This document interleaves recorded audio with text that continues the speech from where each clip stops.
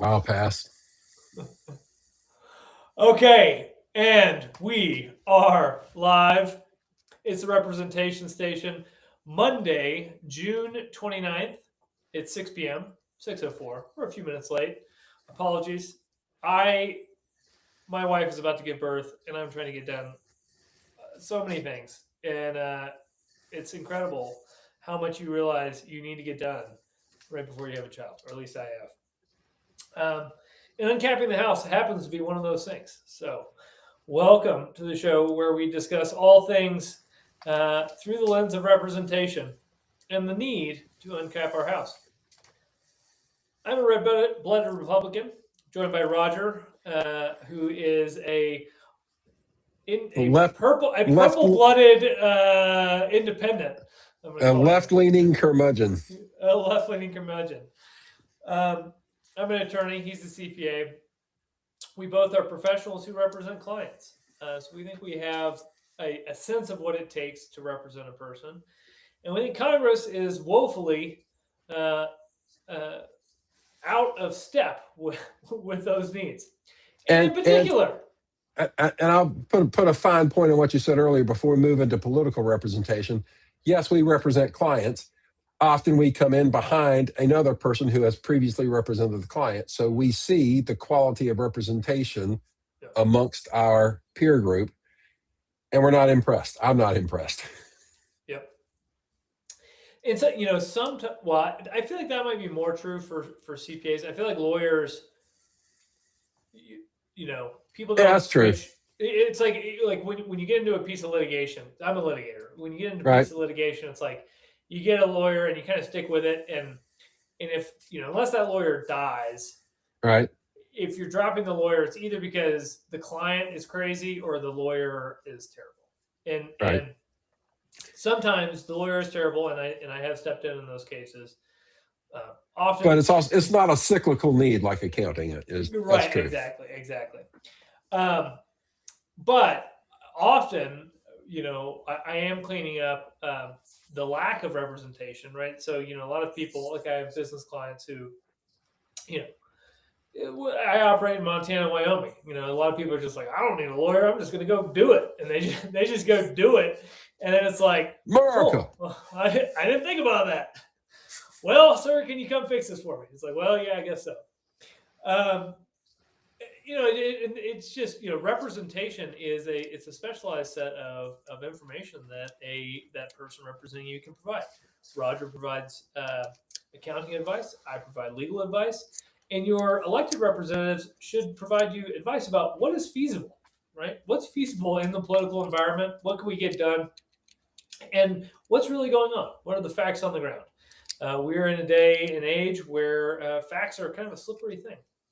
And one of the facts that are slippery is whether or not it is a socialist idea to uncap the U.S. House of Representatives.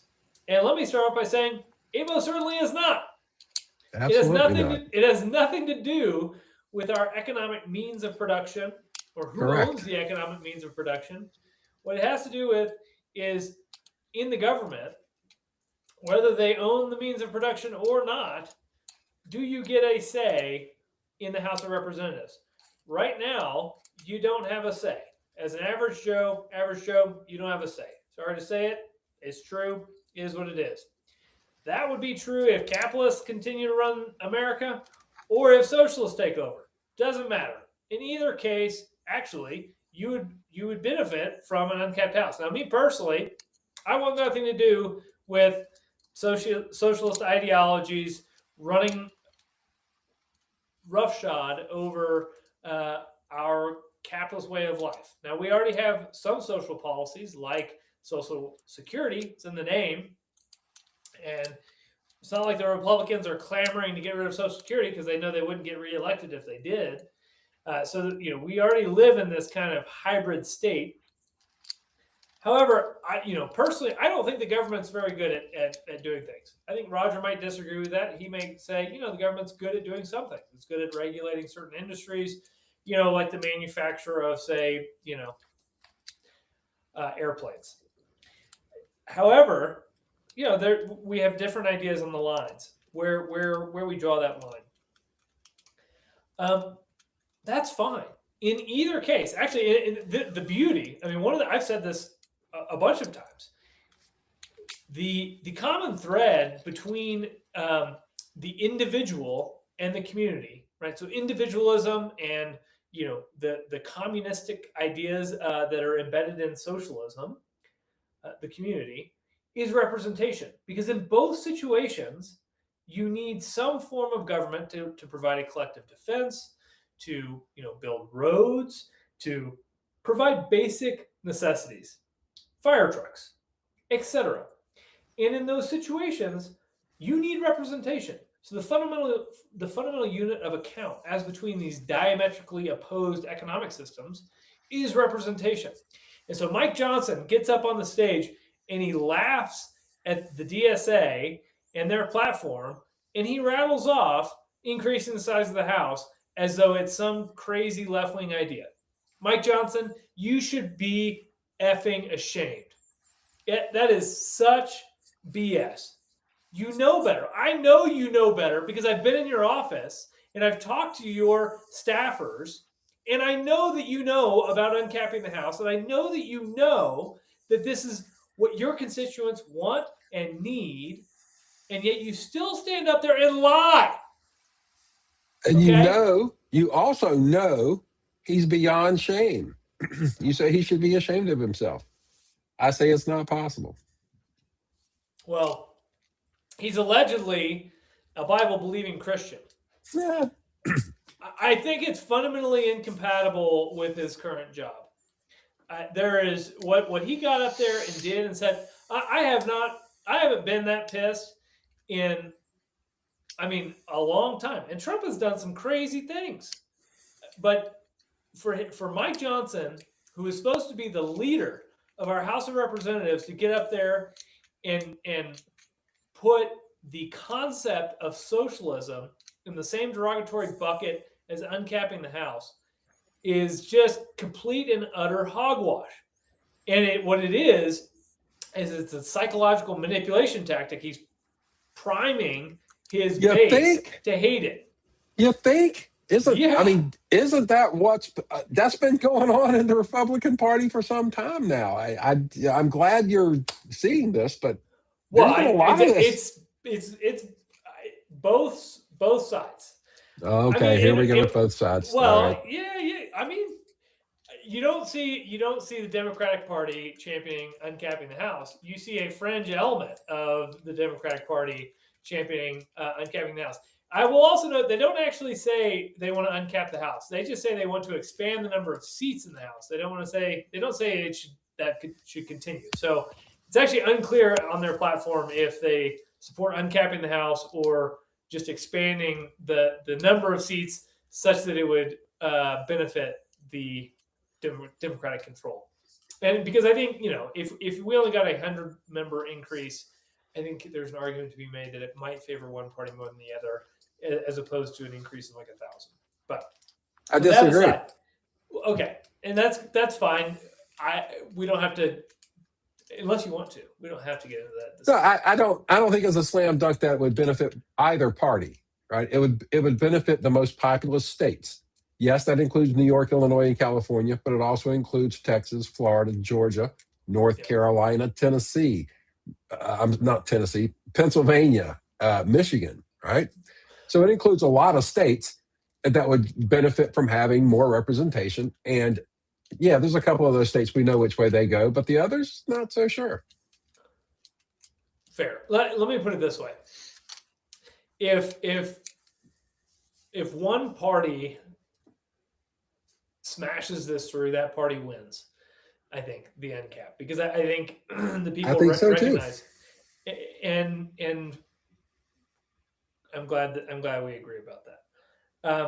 I think that a one-time increase probably permanently benefits that party, whereas a ratio, is going to change. It's going to benefit one party for one, decennial period, one 10-year period, and then it's going to benefit a different party probably for the next decennial period. Right. It must not be a static number. It must be Exactly. an algorithm. It must be tied to population. Right. And we've said repeatedly, we don't think that we don't say that there's a certain number that we're aiming for, but I think we are generally against a singular addition as opposed to an actual uncap. Right. Yes. And that's why, we're Project No Cap, right? It's having a singular increase doesn't quite cut it for us. Okay, man, if I would love to hear if anyone wants to defend what Mike Johnson has done, come up here and let me know, because I think it is just, I think it's the most deplorable thing I've heard come out of his mouth or Trump's mouth, which is because I representation is more fundamental to our country than any other word. That it is the most important thing, and he essentially threw it under the bus, alongside a long-running debate about economic systems. And the obvious, what's also crazy about the way it's talked about, we have a social safety net, we already have it, right? And we can argue it should be with the states, or it should be with the federal government. It should be smaller. It should be bigger. There should be no social safety net. Libertarians might argue. However, we already have it, right? We have a social safety net, and so to throw the baby out with the bathwater is, it just boggles my mind. And it just shows how unserious and what a complete and total fraud Mike Johnson is. I thought that he was a serious character when he first got elected. I think Jeff Mayhew has repeatedly called him executive assistant to the president. And that's showing up to be true, right? He is willing to lie with just absolute impunity. He's just he's the antithesis of leader. He's a follower. He's following Trump. He's following the whims he's following the anger of his caucus, and he's following them to do Trump's bidding. Yeah. He's not leading anything. I will say, Mike Johnson, you could turn this around. Recant. Distinguish. Find common ground. And actually, you have the opportunity to uncap the House with Trump. You and Trump, Johnson and Trump, y'all could uncap the House, and Republicans would have the next 10 years. That would disappoint a lot of people. It would make a lot of people very happy. And frankly, it would benefit capitalism if you did that. Okay? Because if the Democrats do it, they have a different economic system. They're going to tie to the uncap. Okay? That's all I'm going to say. I will say, in Mike Johnson's defense, he is sending this housing bill to Trump, even though Trump has said he canceled the signing party and he says he's not going to sign it. He's at least standing up to him there. And it's crazy. So for folks that don't know, a bipartisan housing bill passed Congress, passed the House, passed the Senate with a veto-proof majority, right? So there's no reason for Trump to send this back, because if he does so, if he refuses to sign it for 10 days, it automatically becomes law. But it won't, because the session ends. No, it does. I think the session ends. It's called a pocket veto or something like that. The session runs out before the 10 days expires. The Congress is out of session. Pocket veto. I read something about it recently. We got to pull this up. Let's see. Yep. I'm going to pull it up over here. Explain. Because I think it's Article 1, Section 7. Yeah, I'm familiar with it. Passes in 10 days without signature if he chooses to not veto and just lets it lay. but there's something called a pocket veto, and I think it has to do with the Congress being out of term, and it either interrupts the 10 days or starts it eliminates it altogether. Okay. So if any bill shall not be returned by the president within 10 days, Sundays accepted, after it shall have been presented to him, the same shall be a law in like manner as if he had signed it, unless the Congress by their adjournment prevent its return, There in you which go. case it shall not be law. That's called a pocket So, veto. so are they going into recess? I think that's the plan. I think that was the schedule, the calendar, something like that. It came up, it was in the news, this pocket veto thing, because of the 10-day clock on this bill that he's refusing to sign.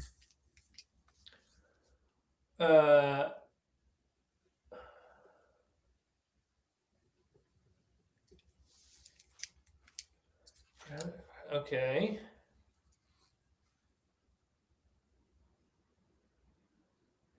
Interesting. So it applies primarily to adjournments. Well, the 4th of July, right?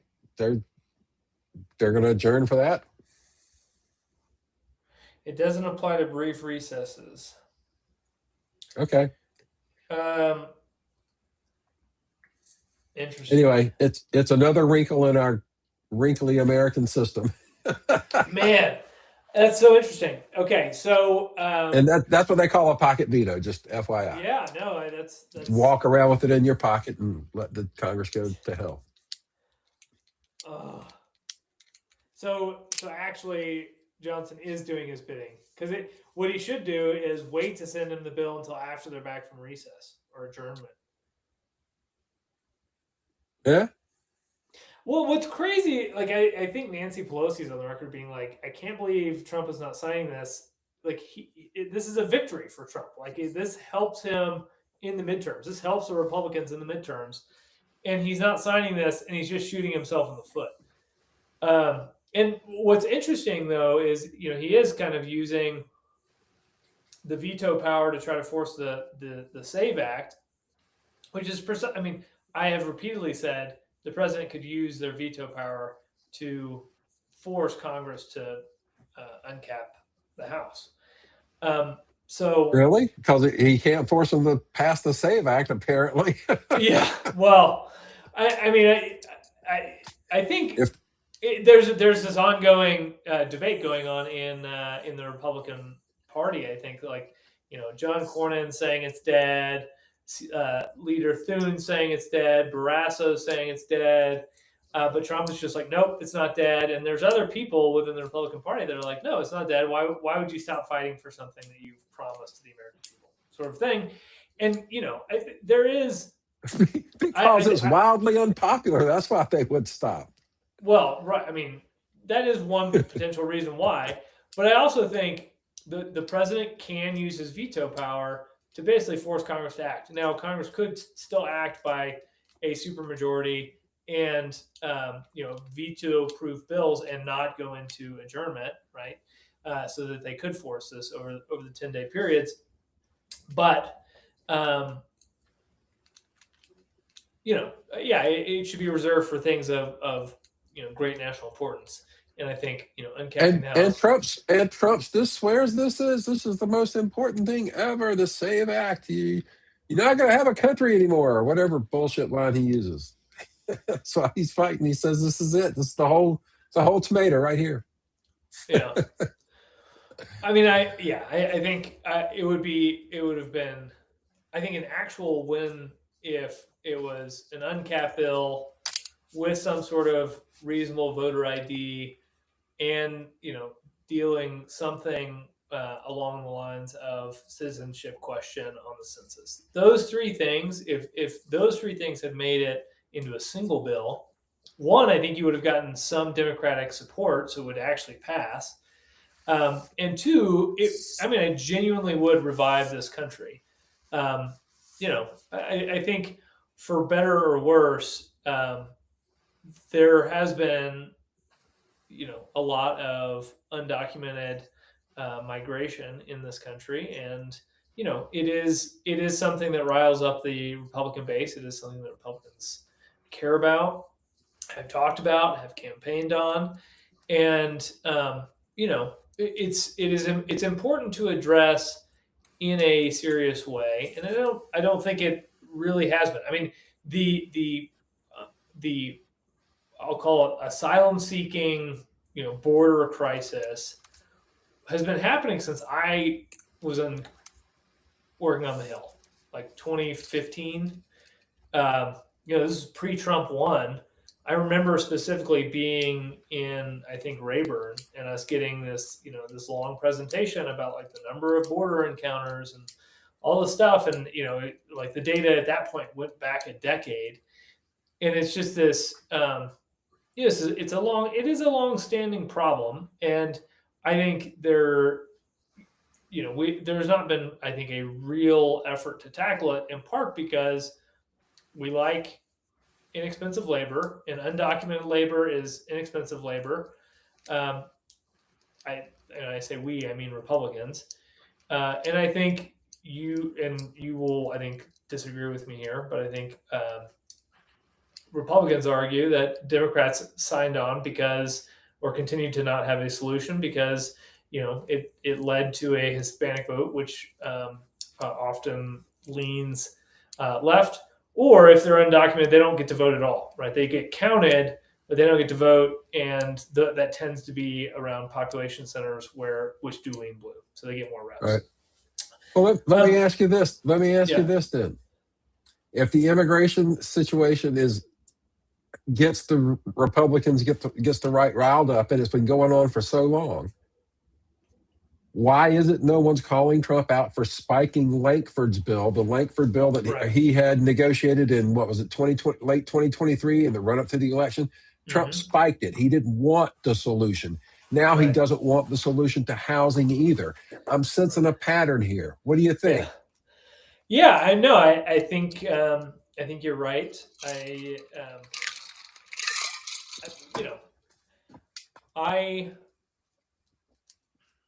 I retain hope for an about face on some of these issues, but I will admit that the track record is quite poor at this point. So,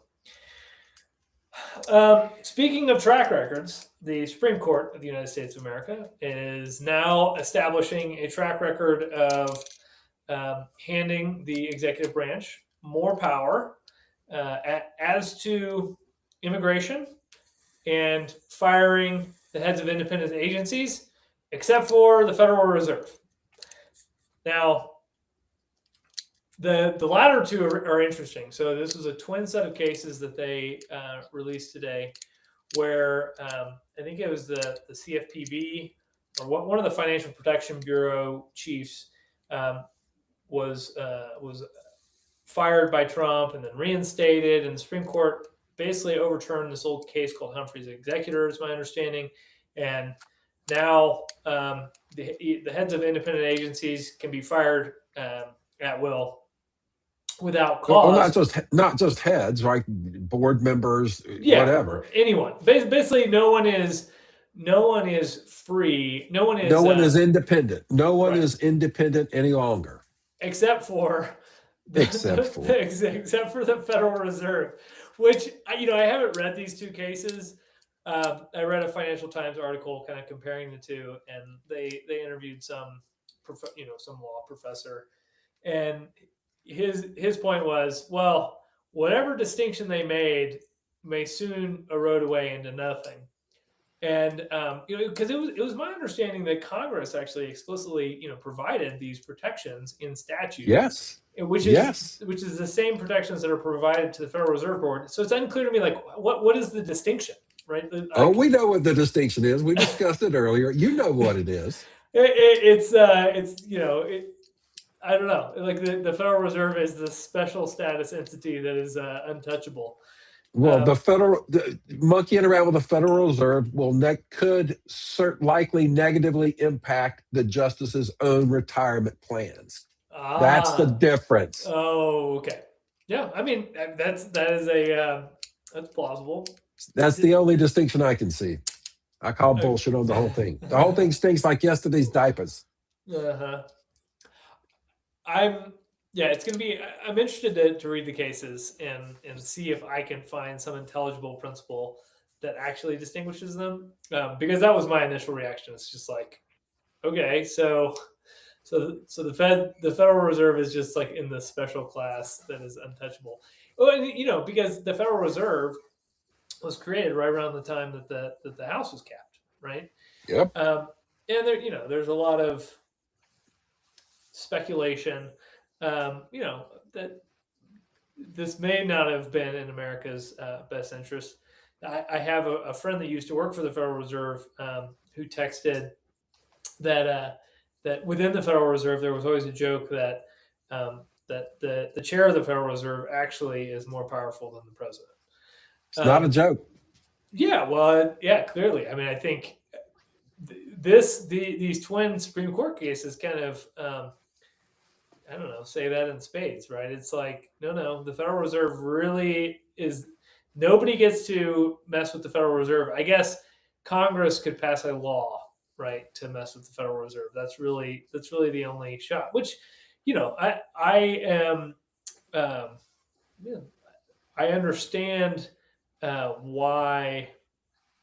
I understand why that is so important. Stability in a financial system or a financial model is important. But this is also the reason that we should uncap the House, is because it creates more stability across our wide breadth of federal statutes and regulations. Because currently, under most of the laws in the United States are under the Code of Federal Regulations.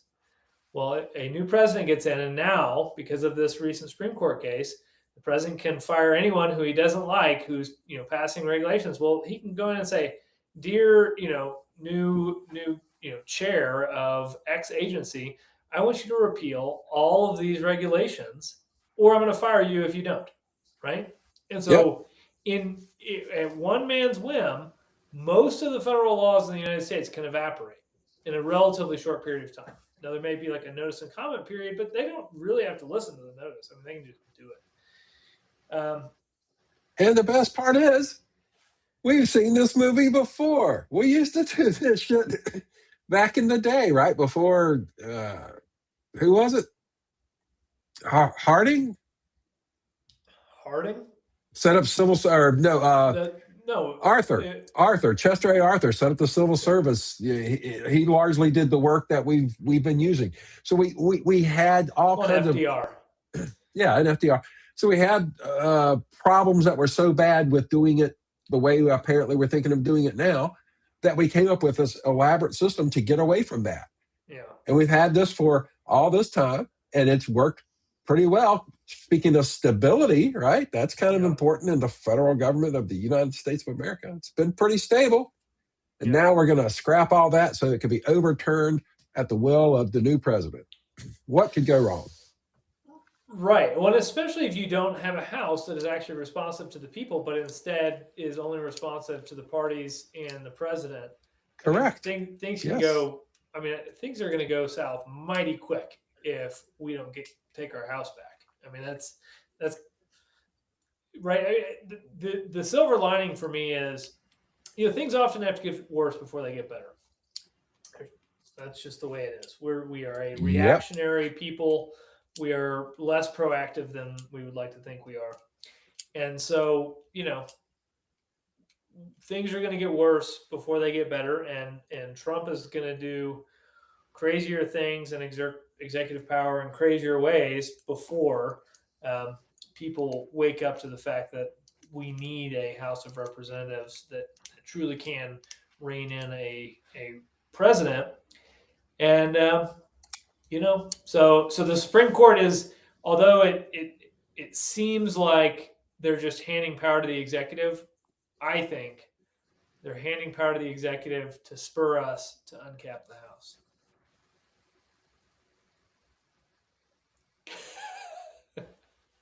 That's a stretch. That's a stretch. Well, I mean, they keep.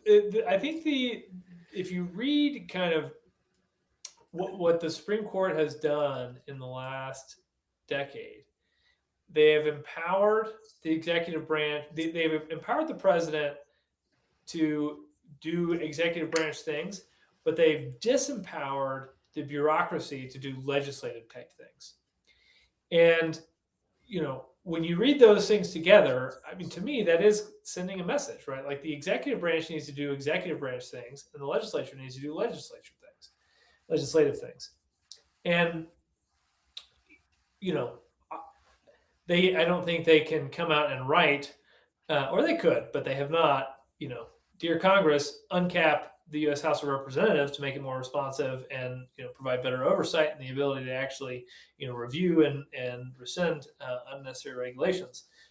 But I think that it is a reasonable reading of all of these cases collectively.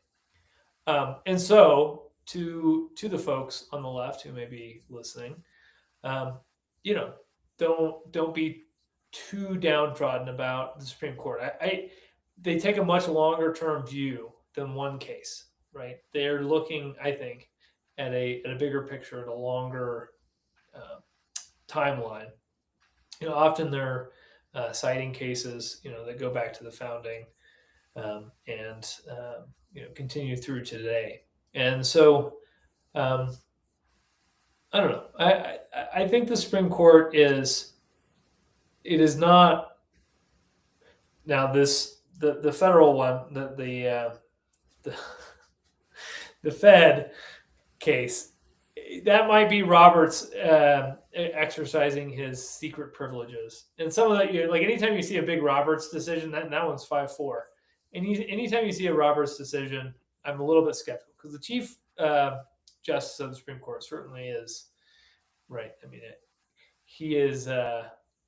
He's read into as many things, I think, as any other person in our executive branch, because he's the one that reviews, all the appeals for all the secret things that happen in the United States. So anyway, enough of that. Last topic. Well, maybe two. War. What is it good for? Absolutely nothing. Say it again. In Iran, ceasefire deal was signed and then now almost immediately broken. Trump has responded to Iran striking assets with blowing up a bunch of stuff and posting on Truth Social about how great he is at blowing things up. I don't know. Do you think that this conflict with Iran is ever going to end, Roger? It's not going to end before the election, before the midterms. And how do you think that's going to impact his midterm chances, President Trump's midterm chances? It's not going to improve them. Mm-hmm. Iran will keep dragging it out, stringing it out. Mm-hmm. They've proven at this point very masterful at I don't want to say dictating terms, but sort of guiding the resolution, the issues, the contour, shaping the contours of the negotiations. Let's put it that way. I think they're doing a pretty good job of essentially playing Trump. Yeah, the intel I've reviewed is I think Trump was advised poorly about Iran. By whom? I don't know exactly. I'm not going to speculate. But here's what's clear. I think Trump thought Iran was going to be similar to Venezuela. Go in, knock out, a set of leaders, get a new set of leaders who will bow to Trump, and he will, basically extort them to bend to his will. It turns out that the Islamic Republic of Iran has been fighting with the United States of America since the 50s, and there isn't like a one leader. Like the way that it's designed is as an insurgency. The entire country, not the entire, 70% of the country hates America deeply, deeply. And they hate everything that we stand for. And if you kill the first 20 layers of leadership, there will be a 21st layer of leaders who hate us equally and who are going to do the same thing. And they've been watching for 4 years while Ukraine gives Russia what for? Yeah. Right. So that helps to embolden them as well. Yeah. Yeah. I mean, the asymmetric advantage for a small country to defend. Well, and actually, Iran's huge. Yeah. Folks, go look on a map.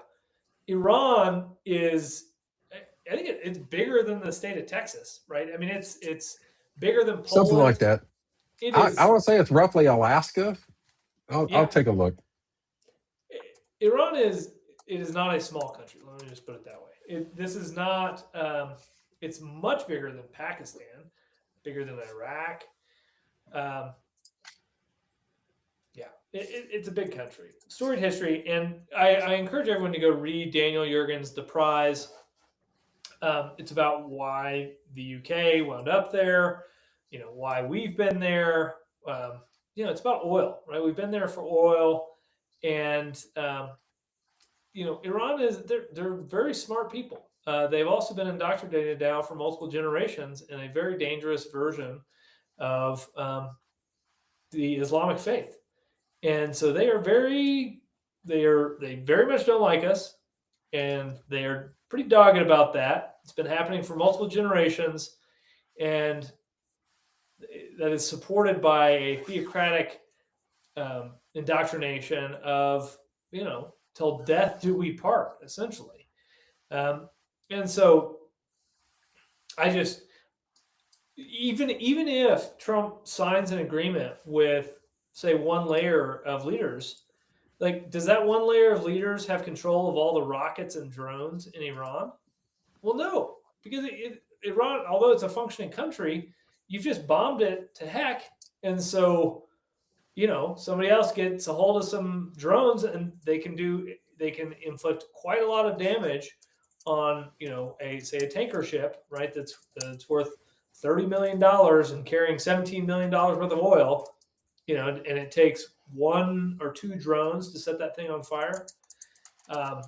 It's just asymmetric, right? And that is the nature of the world that we live in. And so, yeah, I think this is going to continue for a while, or Trump is going to go absolutely berserk and he's literally going to, do something truly horrendous, which I pray that does not happen. Do you have results for us on the size of Iran? Yes, according to AI, Alaska is 4 to 5% larger by total area. Okay, so I mean, and Alaska is huge.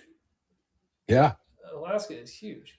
Well, Iran is 1.648 square kilometers. Okay, we'll go to miles. 636,000 square miles. Alaska is 663,000 square miles. I'm wondering. They both drill for oil. Yes. Let's see. So.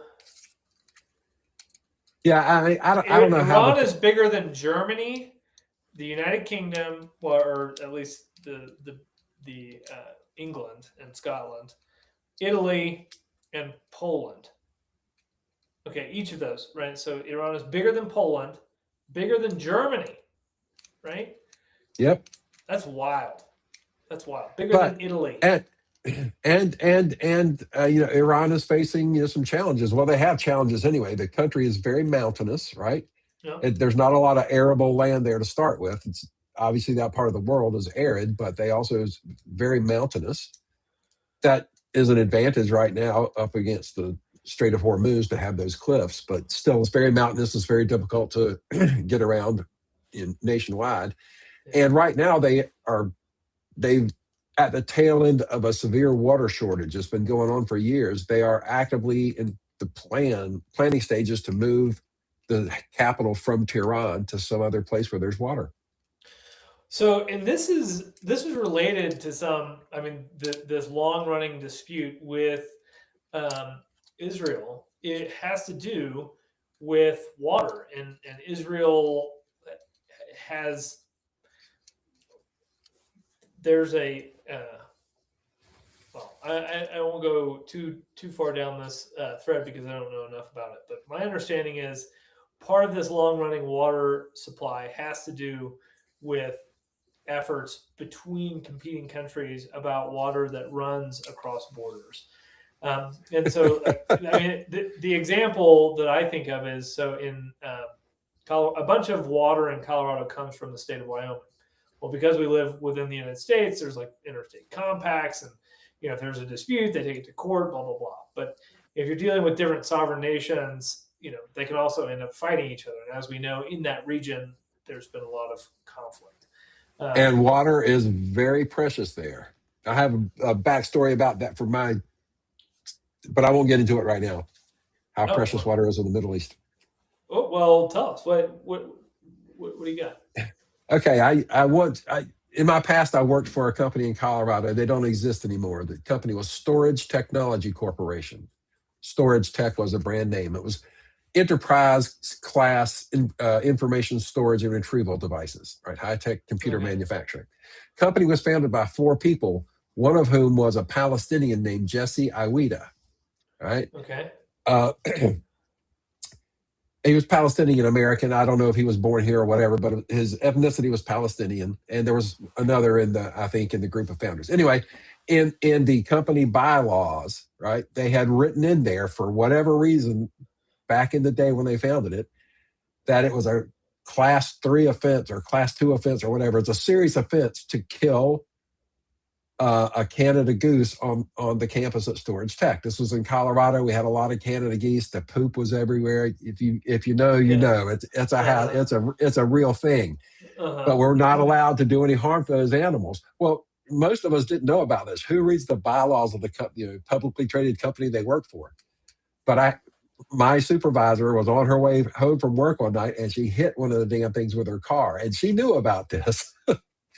Because she had been at the company a long time. She hopped out of her car, got the thing and put it in the trunk of her car and drove off campus to dispose of it so she wouldn't get a class 2 offense.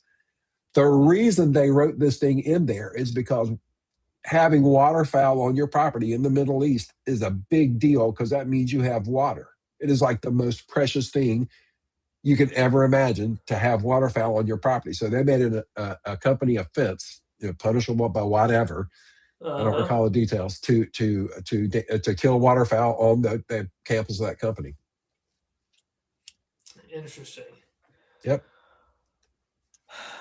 Okay. Yeah. So U.S. and Israel have struck desalination plants, reservoirs, pipelines, and related sites in southern Iran. Pre-1979 revolution, cooperation with Israeli engineers helped modernize Iran's water system. Post-revolution policies largely rejected or dismantled this expertise, contributing to inefficiency.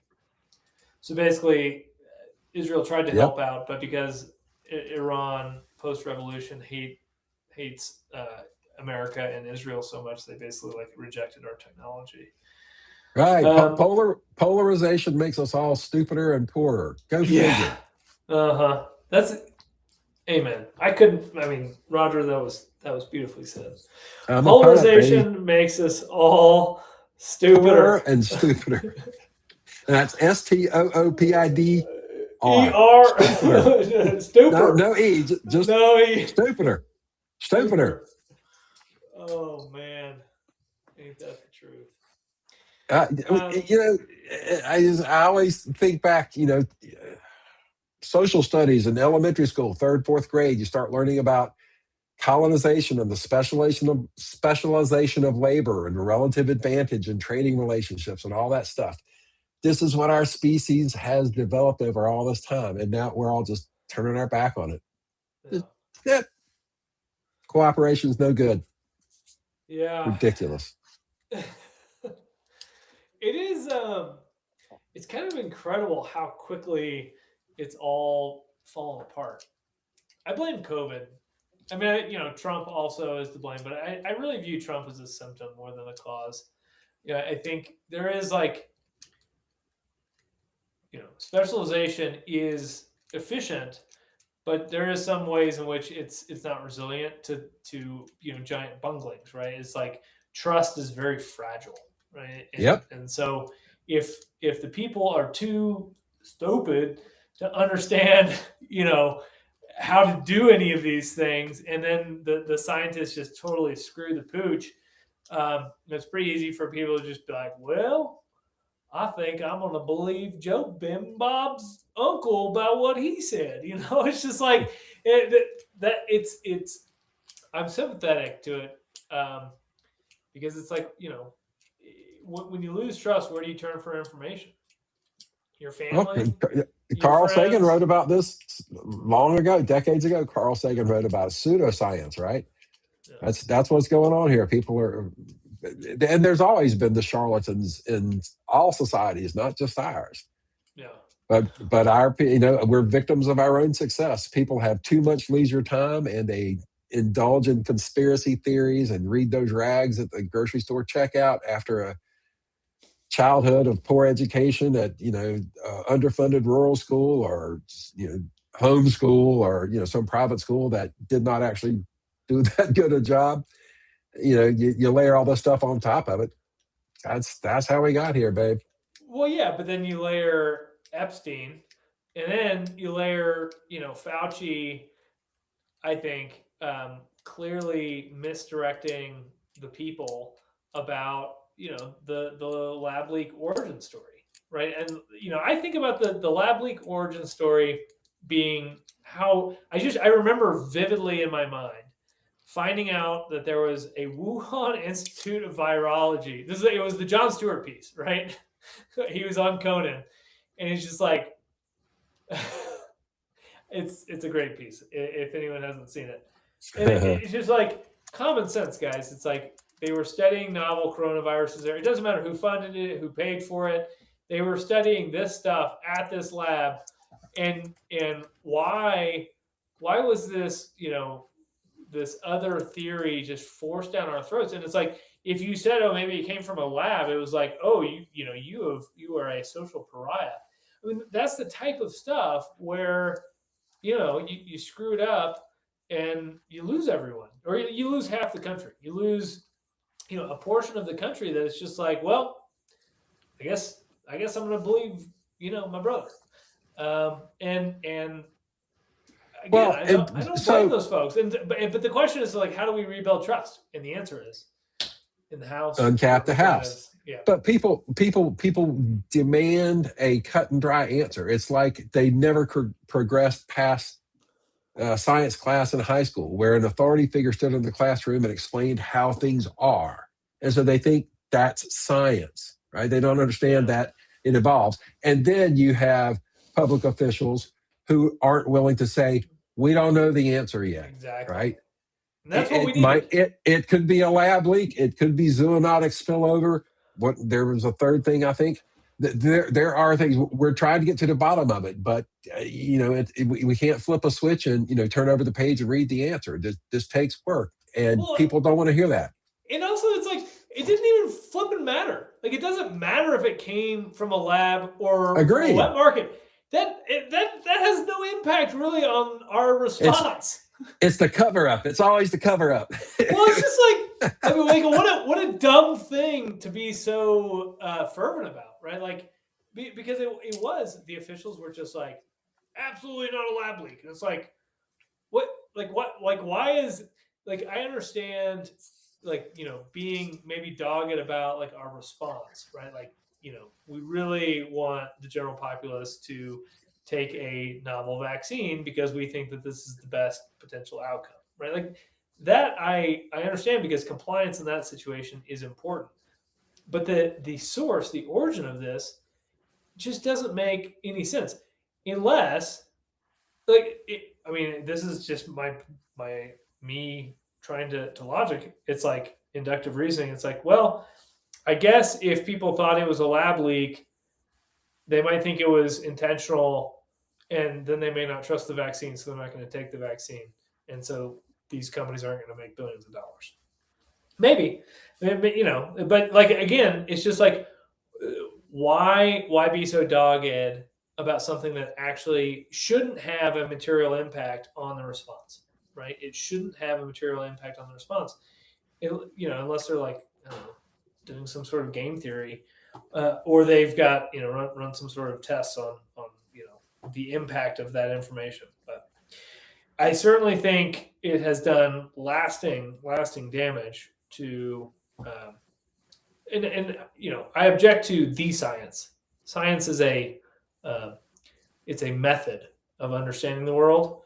It has done damage to science, and Fauci at one point was like, "I am science." It's like, F you, dude. No, you're not. Science is a process, and nobody is in charge of it. It's a collective effort, like representation, and I think the only real solution to rehabilitating science as a process are representatives, a body of representatives that understand that. That includes some scientists who are more likely to get elected if we uncap the House. Amen. Okay. Well, Roger, as always, it's fun to chat with you about. We spent an hour already. It has. Okay. I know. Time flies when you're having fun. Next week, we will be here, same time, same place, unless my wife pops out a little baby, in which case you'll be riding solo with Mr. Scott here. I can't host. I'm not the host, so it'll just be scratched unless you pass over hosting. I will. We will offline, Roger. We're going to get you hooked up. Oh, please! I should have kept my mouth shut. Whoopsie! I didn't know. Well, maybe so, folks. If we miss a week this month, you know why. Technical difficulties and the importance of me bonding with my child. I'd love to be here bonding with all of you. But sometimes you have to make. Just post on X, baby. Just post on X. It'll be all right. Okay. All right. What about the YouTubes and the Facebooks? Okay, that too. Oh man. Well, I'm glad we're making a record here for the posterity of the American people. Until next time. Good night. God bless. Go get yourself some representation. As Roger is pointing out, uncap the flipping house. Yep. All right. Good night.